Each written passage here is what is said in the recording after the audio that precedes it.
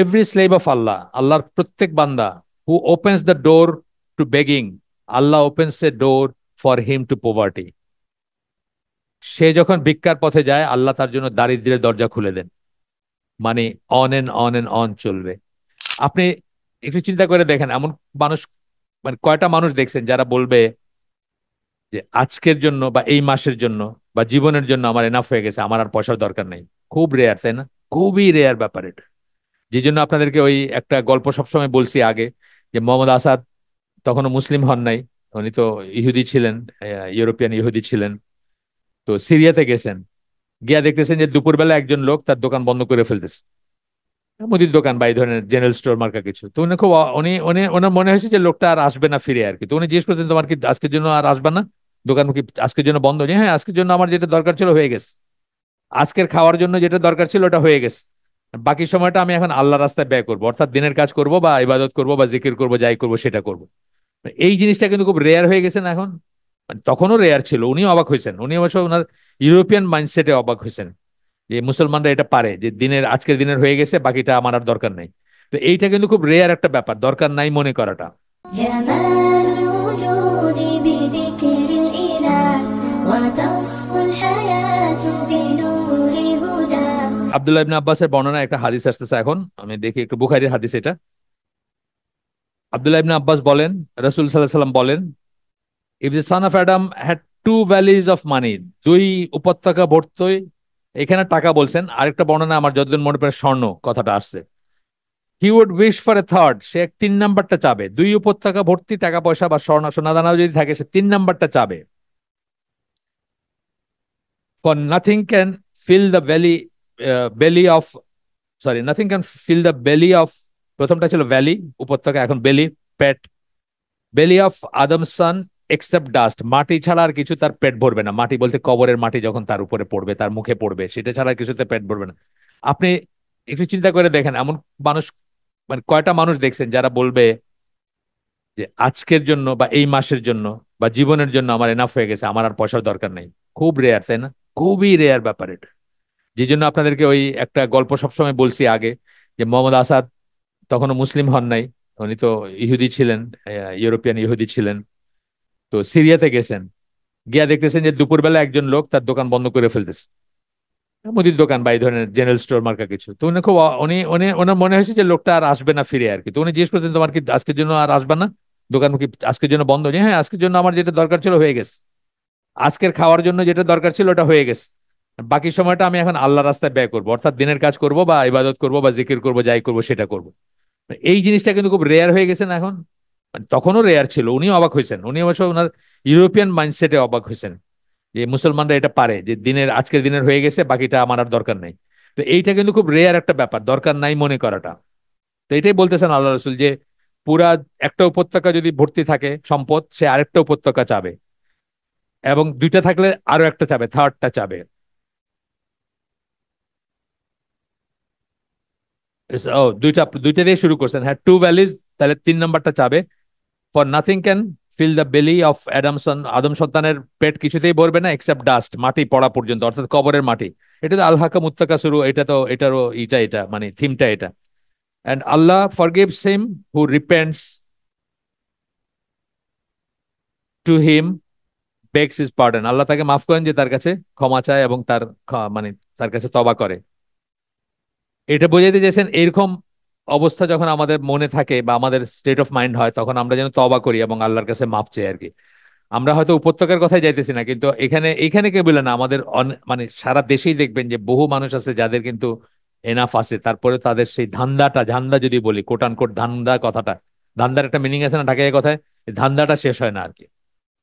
আচ্ছা, এরপরে বলতেছেন যে অল্পই হোক আর বেশি হোক, আমরা যখন চাইবো অন্যের কাছে, এই চাওয়ার ভিতর কিন্তু আমি ওইসব ফেভার গুলো ইনক্লুড করতেছি যেগুলো বললাম আমি, যে একটা পলিটিক্যাল কানেকশন বা একটা ক্ষমতার কানেকশন নিয়ে আমি একটা ই চাই, একটা অ্যাডভান্টেজ নিতে চাই, সবকিছুই আসবে এখানে। Begging is A poisonous habit that kills the inner spirit, আপনার অন্তরাত্মাকে হত্যা করে। আপনার কোনো ডিগনিটি থাকে না, আপনার অন্তরাত্মা মরে যায় যখন আপনি চাইতে শুরু করেন। চাওয়া ইটসেলফ ডিফিকাল্ট, কিন্তু এমনিতেই চাওয়া ইটসেলফ, আপনি দেখবেন যে অনেক মানুষ আছে যাদের মানে যারা পায়াস, যাদের খুব অভাব, কিন্তু তারা কিন্তু আপনি জানেনও না তাদের, তারা কিন্তু মুখ ফুটে বলেও না। আমি এই যে একসময় ইস্কাটনের ওইখানে এই নেভির ইটার উল্টা কিছু গভর্নমেন্ট কোয়ার্টারের মতো আছে না, ওই বোধহয় ট্রানজিশনে ডেপুটি সেক্রেটারি বা এই ধরনের মানুষজন পায়, ওগুলা কলোনির মতো আছে, ওইখানে একটা মসজিদ আছে তবলিগের তো ইফতেখারের সাথে যখন উঠা বসা করতাম ওইখানে মাঝে মাঝে নামাজ পড়তে যেতাম, তো একটা লোক নামাজ পড়তো একদম তোপ টোপ পরা, বুঝছেন, মানে খুবই ক্লিন তোপ পরা। তো একদিন ইফতেখার আমায় বললো, তারপর আমি খেয়াল করলাম যে সে আসলে রিক্সাওয়ালা। সে ওই সময়টার আগে এসে পুরা ক্লিন হবে, বাথরুমে যাবে, তারপর সবচেয়ে সুন্দর পসিবল কাপড়, তোপ টাইপের কাপড় পরবে, ই করে এসে দাঁড়াবে আপনার পাশে, মনে হবে যে সাংঘাতিক একটা কিছু, বা মানে খুব পায়াস একজন লোক, বা মানে ওয়েল অফ একজন মানুষ। সে কিন্তু সুন্নাহ ফলো করতেছে, তার বেস্ট কাপড়টা পরে আসতে হবে, এই করতে, এবং সে কাছে চাইতেছে না কিছু। মানে এইটাই বলতেছেন, এই যে স্পিরিটটা, এটা মরে যাবে যদি সে চাইতে শুরু করে দেয়, বা তার চাওয়াটাতে যদি লজ্জা না লাগে কখনো। তো অনেক মানুষ আছে যারা লজ্জায় চাইতে পারে না, কিন্তু যাদের দরকার থাকে, এক্সট্রিম কেস অফ ডায়ার নিডে এটা শুধু পারমিসিবল। এইবার বলতেছেন ভিক্ষাটা কখন পারমিসিবল, মানে ডায়ার নিড, মানে আপনার আর কোনো উপায় নাই, তখন পারমিসিবল। এবং সিরিয়াসলি ডেট, মানে অনেক সময় একজন অবস্থাপন্ন মানুষও এমন একটা ঋণের ভিতর পড়ে যায় যেটা সে কোনোদিন শোধ শোধ করতে পারবে না, তার উপায় নাই। হয় না এরকম? গার্মেন্টস ব্যবসায় বা অন্য গ্যামলিং যেগুলো, মানে সেমি গ্যামলিং যে ব্যবসাগুলো, ধরেন শেয়ার বাজারের ব্যবসা, বা এক সময় গার্মেন্টস ছিল যে একটা প্রজেক্ট প্রোফাইল বানায় গার্মেন্টস এর সমস্ত কিছু ঢাইলা দিছে, তারপর দেখছে এটার কাজ করে নাই, বা একটা শিপমেন্ট হয় নাই, বাস তার সবকিছু নিয়ে টান দিছে, এরকম কিন্তু হয়েছে, অনেক স্টোরি পাবেন। আমি একজনের কথা জানতাম, ড্রাইভিং স্কুলেরই ছিল, ওই যে ইনস্ট্রাক্টর ছিল, সে নাকি গার্মেন্টস এর মালিক ছিল, এবং এরকম একটা কিছুতে অনেক অনেক এই দায় পড়ে গেছে। ওই ওরা নেয় নাই, যারা অর্ডার দিয়েছে সমস্ত অর্ডার স্টকলট বলে, কি সব বলে, ওইসব করছে, বা তার সবকিছু নিয়ে টান দিছে, এখন সে ড্রাইভিং স্কুলের ওই যে মানুষকে ড্রাইভিং শেখায় সেটা দিয়ে সংসার চালায় আর কি। এবং তার যে ডেট বা তার যে ধারটা ব্যাংক থেকে হয়তো নিছে বা সেটা সে শোধ করার মানে কোনো উপায় নাই, এরকম উপায় কিন্তু আপনি, এরকম অবস্থায় কিন্তু আপনি ভিক্ষা করতে পারেন বা মানুষের কাছে সাহায্য চাইতে পারেন। And those with physical disabilities, এবং ফিজিক্যাল ডিসএবিলিটিস, আপনি কালকে পর্যন্ত ফিট ছিলেন, হঠাৎ আল্লাহ মাফ করুন একটা অ্যাক্সিডেন্ট হলো, অ্যাক্সিডেন্ট হয়ে আপনার এমন অবস্থা হলো যে আপনার আর কাজ করার কোনো উপায় নাই, এরকম অবস্থায় হইতে পারে। সূরা মারিজ 24-25 নম্বর আয়াত কোট করতেছেন এখানে, and those in whose wealth there is a recognised right for the beggar who আস। এই অবস্থায় যখন ভিক্ষুক চাবে, তার একটা রাইট আছে, আপনার আপনার আপনার যে সম্পদ আল্লাহ দিয়েছেন তার উপর তার কিন্তু একটা অধিকার আছে। প্রাইমারিলি সেটা হচ্ছে জাকাত, সেকেন্ডারিলি সেটা হচ্ছে সাদাকা। জাকাত তো হচ্ছে মানে তার রাইট, এটা মানে আল্লাহর পয়সা, আপনার পয়সাও না, এইভাবে দেখবেন আপনি। And for the deprived unlucky one who has lost his property and wealth, সেরকম দুর্ভাগা যারা তাদের সম্পদ এবং তাদের মানে প্রপার্টি বলতে ধরেন বাড়িঘর ইত্যাদি বোঝাচ্ছেন, এগুলা হারায় ফেলছেন, হয় না? এই ইসের আপনার এই নদী ভাঙ্গন যেখানে আছে ভোলায়, বা ইভেন দোহার, দোহারে এই যে আব্দুল সালাম ভাইয়ের বাড়িতে গেলাম, এক রাতে নাকি তার বাড়িটা এইভাবে চলে গেছে নদীর ইসে পদ্মায়। আমাকে দেখাইলেন ওই জায়গায় আমার বাড়ি ছিল, 60-65 লক্ষ টাকা ব্যয় করে নিজে বানাইছিলেন নতুন করে আর কি, বা পৈতৃক ভিটার উপরে নিজে বানাইছিলেন। তো বললেন যে এক রাতের ভিতরে ওইখানে নিচে চলে গেছে। জায়গাটা জানেন কোথায় গেছে? হয়তো ধ্বংসাবশেষ কোনোদিন ভাইসা উঠবে, বা এটা হয় একবার চলে গেলেও পরে আবার এটা চর হিসাবে আসে। তো এইটাই যদি একজনের সবকিছু হয়ে থাকে, তাইলে সে এই এই বর্ণনার ভিতরে আসবে। সূরা মারিজে যে বর্ণনাটা দেওয়া হচ্ছে, unlucky one who has lost his property and wealth, মানে তার তার আর কোনো উপায় নাই, তার রাইট আছে আমার সম্পদে, অর্থাৎ মিনিং কি, এইরকম কেউ যখন আমার কাছে চাবে, তার রাইট আছে আমার কাছে চাওয়ার, এবং আমারও উচিত তাকে দেওয়ার, তাই না? মানে জাকাতও দেওয়া বা জাকাতের বাইরেও দেওয়া। এরপরে আসতেছে একটা হাদিস, এটা হচ্ছে মুসলিমের হাদিস, আবু হুরায়রা রাদিয়াল্লাহু আনহু বর্ণনায় আসতেছে যে মানে বেগিং ইজ, এটা আগে বলতেছেন, এই হাদিসটা কোট করার আগে বলতেছেন, begging is a toxic inclination whose door may never be closed once it is open. ভিক্ষাটা হচ্ছে একটা টক্সিক ইনক্লাইনেশন, বলতেছেন যে একটা অভ্যাস হয়ে যায়, যে কথাটা আমি আগে আপনাদের গল্পটা বলে ফেলছি, যে ওই যে ভিক্ষুক গুলাকে বললেন যে যে পয়সা ভিক্ষা করে পাও সেই পয়সাই তোমাদের দেওয়া হবে, বাট ভিক্ষা করবা না, বাসায় বসে থাকবা, তারা কিন্তু সেটাতে রাজি হইতে পারলো না। এটা টক্সিক ইনক্লাইনেশন, এক ধরনের নেশা হয়ে যায় তখন সে, মানি ফর নাথিং যেটা বললাম আমি আর কি, মানে একটা মানে পাইতে হয়তো ভাল লাগে, বা তো বলতেছেন যে একবার যখন এটার দরজা খুলে যায় তখন কি হয়, এটা এনকারেজ করে কি লেজিনেস, ওই যে বসে আছে পাইতেছে, dependency and lack of self respect and esteem, dependency অন্যের উপর নির্ভরশীলতা বাইরে যায়, এবং একসময় এমন হয় যে এমন ভাবে ডিমান্ড করবে যে এটা তার প্রাপ্য, ওয়ারেজ এটা কিন্তু আল্লাহ বলতেছেন প্রাপ্য, কিন্তু সে ডিমান্ড করতে পারে না প্রাপ্য। আপনার ডিপেন্ড করে আপনি দিতে পারবেন কি না পারবেন, আপনার অবস্থা কি কেউ তো জানে না, আপনার পকেটে কি আছে কেউ জানে না, কিন্তু দেখবেন যে আরো দুইটা কটু কথা বলে চলে যেতেছে। আপনাদেরকে বলছি যে একসময় ওই আমাদের এক মহিলা ছিলেন, দায়ী, মারা গেছেন ঢাকা শহরে, বাদরিয়া রশিদ, অনেকের নাম শুনতে পারেন। গ্রুপ ক্যাপ্টেন রশিদের ওয়াইফ, এয়ারফোর্সের একজন অফিসারের ওয়াইফ ছিলেন, উনি খুব দাওয়াতি কাজ টাজ করতেন। তো উনি ভিক্ষা ডিসকারেজ করার জন্য গাড়িতে খাবার রাখতেন, খাবার মানে কি প্যাকেট বিস্কুট রাখতেন। তো কেউ ভিক্ষা চাইলে খিদা লাগছে বললে এক প্যাকেট বিস্কুট দিতেন, এই খাও, ঠিকই তো আছে, খিদা লাগলে বিস্কুট খাও, প্যাকেট ভালো প্যাকেটের বিস্কুট। তো ওনাকে মাঝে মাঝে বলতো যে আপনার বিস্কুট আপনিই খান, বলে ওটা দিয়ে চলে যেত। আমি তখন বিস্কুট চাই না, আমি পয়সা চাইছি আপনার কাছে, মানে এই যে ব্যাপারটা আর কি। তো মনে একটা সময় চার চলে আসে কি, এটা ডিপেন্ডেন্সি চলে আসে, সে অলস হয়ে যায়, এবং এটা যে টক্সিক হ্যাবিটে পরিণত হয়, যে সে চাবে এবং পাবে এবং সেটা দিয়েই করবে। এটা অনেক গল্প আছে যে আমি আমি ভিক্ষা দেওয়া বন্ধ করছি বা করছি যখন এই জিনিসগুলো বারবার দেখছি, তখন আর কি মানে এই ওভার ওভার দা মানে টপ ভিক্ষা যদি বলেন আর কি, ওটি ওভার দ্য টপ একটা কথা আছে না, ভিক্ষা মানে স্ট্রেট সেটা বন্ধ করে দিছি আমি। একদিন আমি আমার সেলিমকে সবাই চিনেন, 27 বছর আমার ড্রাইভার ছিল। তো সে শুরু করছে চাকরি 3,500 টাকা দিয়ে। হ্যাঁ, 3,500 টাকা, রাফলি 150 টাকা পার ডে, 150 টাকা হলে 3,000 হয়, 3,500 টাকা বা এরকম কিছু দিয়ে তার চাকরি শুরু হয়েছিল আর কি সেই সময়, অনেক বছর আগের কথা। তো কাঁচা বাজারে যাইতাম মাঝে মাঝে বাজার করতে, একটা নিউ সুপার মার্কেট যেটা বলে ভিতরে, বাইরে হওয়ার সময় তো দিতে হইতো, ওই যে টাকা দিতে হয় না, একটা পয়সা দিতে হয় মিউনিসিপালিটির কি স্লিপ দিয়ে। তো ওইখানে এই ফকির গুলো আসতো, আইসা করতো। তো দেখতাম মানুষে দিতেছে 1 টাকা 2 টাকার নোট দিতেছে। তা আমি হিসাব করলাম যে মিনিটে বা প্রতি 5 মিনিটে যে পয়সা পাইতেছে সেলিমের পয়সার 3 গুণ বলতে পারেন, যে সে ওই ওই রেটে পায় আর কি। তো আমি বুঝতাম যে সেলিম জিনিসটা পছন্দ করে না। একদিন কথা বললাম, কথা প্রসঙ্গে, যে সারাটা দিন কাজ করো তুমি, যতক্ষণই করো, তারপরে মাস শেষে 3,500 পাওয়া, দেখো এই লোকটা, বলে এটা তো ইনজাস্টিস। তা আমি আর মানে সেলিমের রেসপেক্টেও কিছুটা ভিক্ষা দেওয়াটা কমাইছি বা করছি আর কি, বন্ধ করছি। তো একদিন এই সোনারগাঁর মোড়ে, সোনারগাঁ এই যে মোড়টা আছে না, ওই পাশ থেকে ছাড়ে, অনেকক্ষণ থাকে কিন্তু ওইখানে গাড়ি, ওই পাশের গাড়িগুলো অনেকক্ষণ থাকে। তো ওইখানে একটা বয়স্ক লোক, আমাদের চেয়ে তখনকার আমার চেয়ে অনেক বেশি বয়স, পেটটা একদম ঢুইকা রয়েছে এরকম, গেঞ্জিটা উঠায় পেটটা দেখাইতেছে আর খাবার জন্য পয়সা চাইতেছে। তা আমি তারে কিছু একটা দিলাম, দিয়ে আমার মানে আমার গিলটি ফিলিং হেতু আমি সেলিমকে এটা জাস্টিফাই করার চেষ্টা করলাম যে দেখো এইভাবে দেখাইতেছে যে তোমার বাপের বয়সী লোক, তোমারে দেখাইলে তুমিও হয়তো দিতা, মানে আমি জিনিসটা জাস্টই করলাম যে আচ্ছা আমি তো ভিক্ষা, আমার প্রোটোকল ভঙ্গ করে ভিক্ষা দিলাম। তো তো এর হয়তো সপ্তাহ 10 দিন পরে আরেকটা জায়গায় সেলিম আমার দেখেছে, স্যার ওই যে দিছিলেন আপনি লোকটা, ওই দেখেন ওই আবার পেট দেখাইতেছে ওইখানে দাঁড়ায়। মানে এই পেট দেখায় জায়গায় জায়গায় স্টেশন চেঞ্জ করে ভিক্ষা করাটাই হচ্ছে তার পেশা। এইভাবে আর কি জিনিসগুলা চলে আসে, যে তার ডিপেন্ডেন্সি চলে আসে, লেজিনেস চলে আসে, এবং টক্সিক ইনক্লাইনেশন বলছেন, মানে এটা একটা অভ্যাসে পরিণত হয়।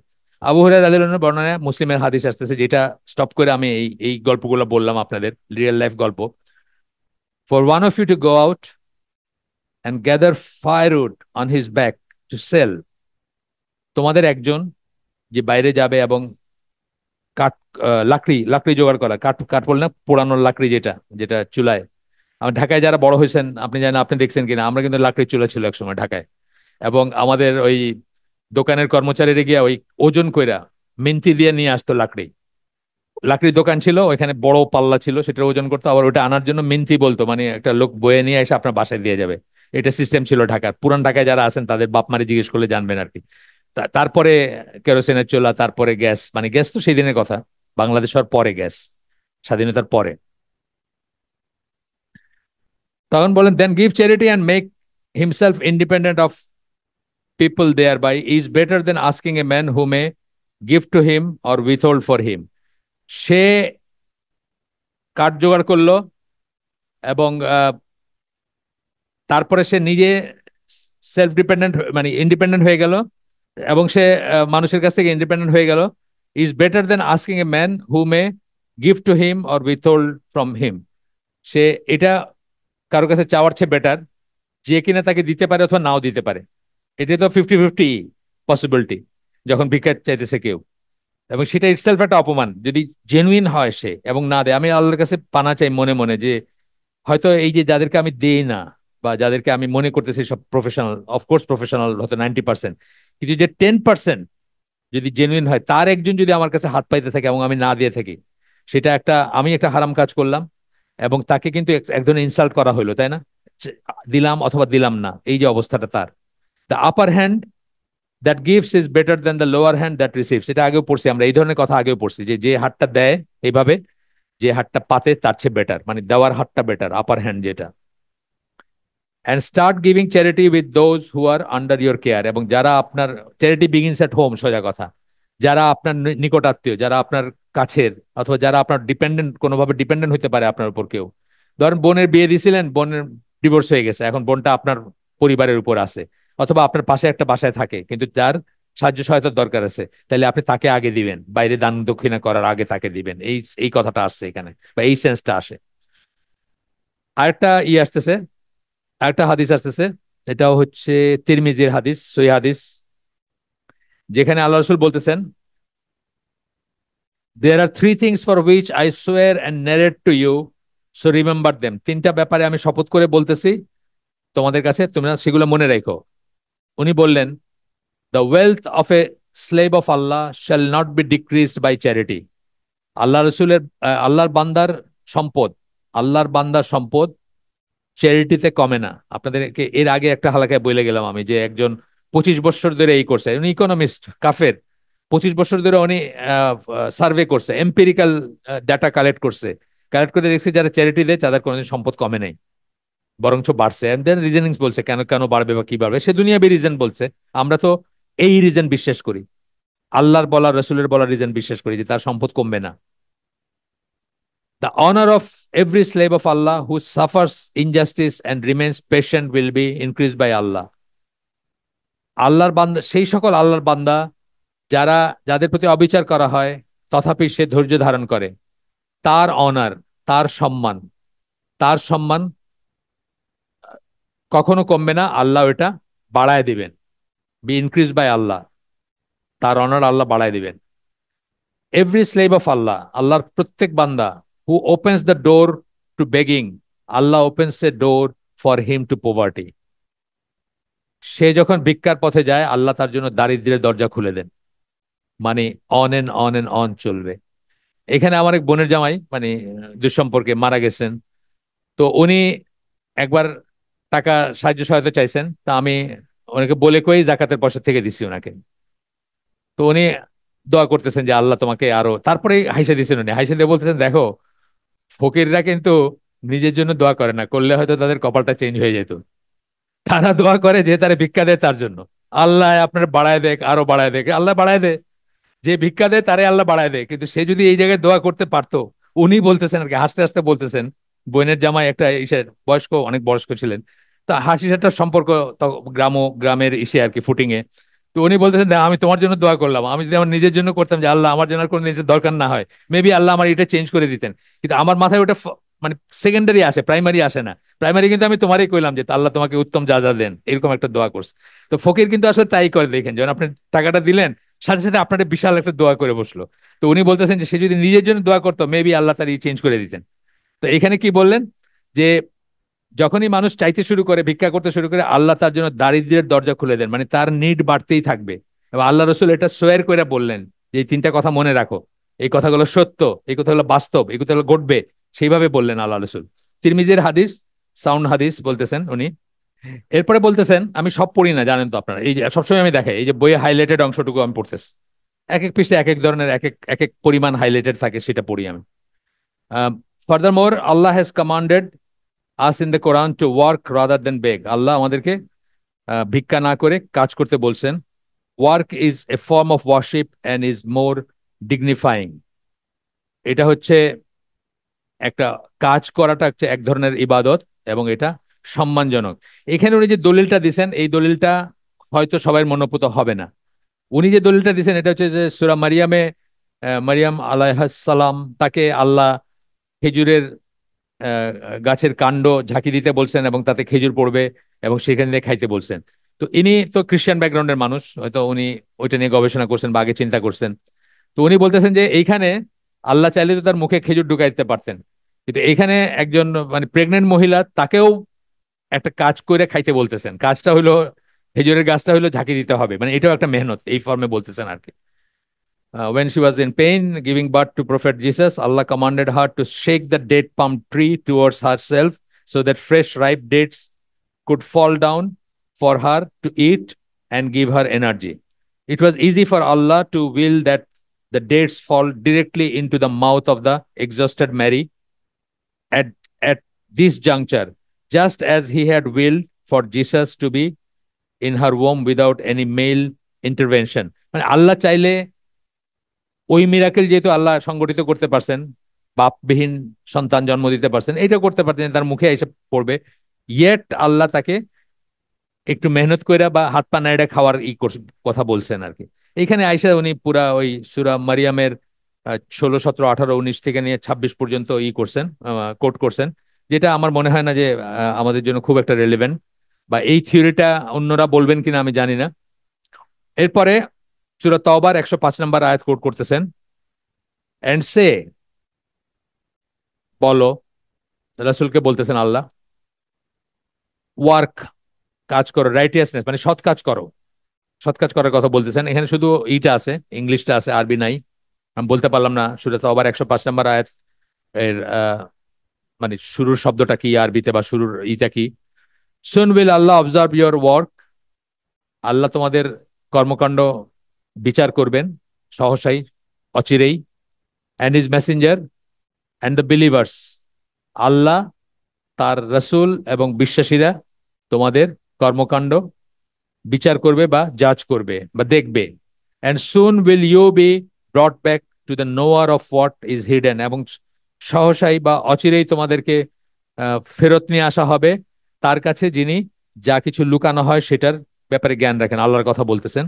অ্যান্ড হোয়াট ইজ ওপেন, যেটা লুকানো হয় সেটাও জানেন, যেটা প্রকাশ করা হয় সেটাও জানেন, তার কাছে তোমাদেরকে ফিরায় নিয়ে আসা হবে। Then will he show you the truth of all that you did, এবং তখনই তোমাদেরকে দেখানো হবে সত্যিকার অর্থে তোমরা কি করছো।